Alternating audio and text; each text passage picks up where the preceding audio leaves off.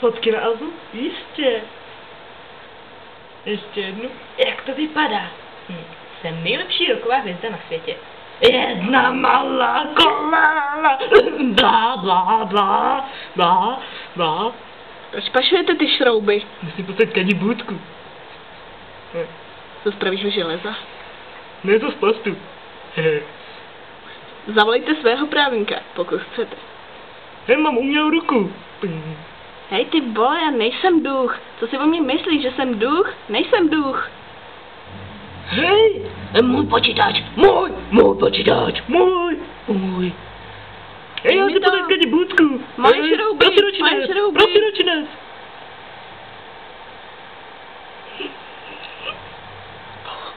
Jsi plivl na káru, jo.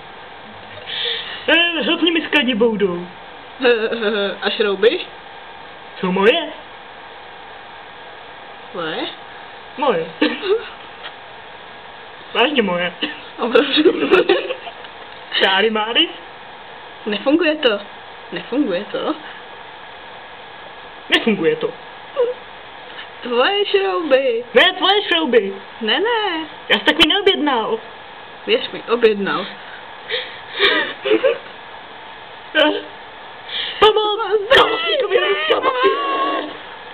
Železné šrouby, ocelové šrouby.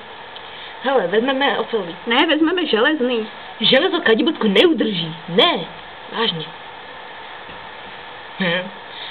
Co je? To nebyl Bořek stavitel, já se nekoukám na Bořka stavitele. Jasně. No fakt ne, to nebyl Bořek, nebyl. Nepostavíš ani kadibutku. Postavím si ji sám. Ne, ale no tak. Hele, z Jagisinu je tady sleva na železný šrouby. Ne.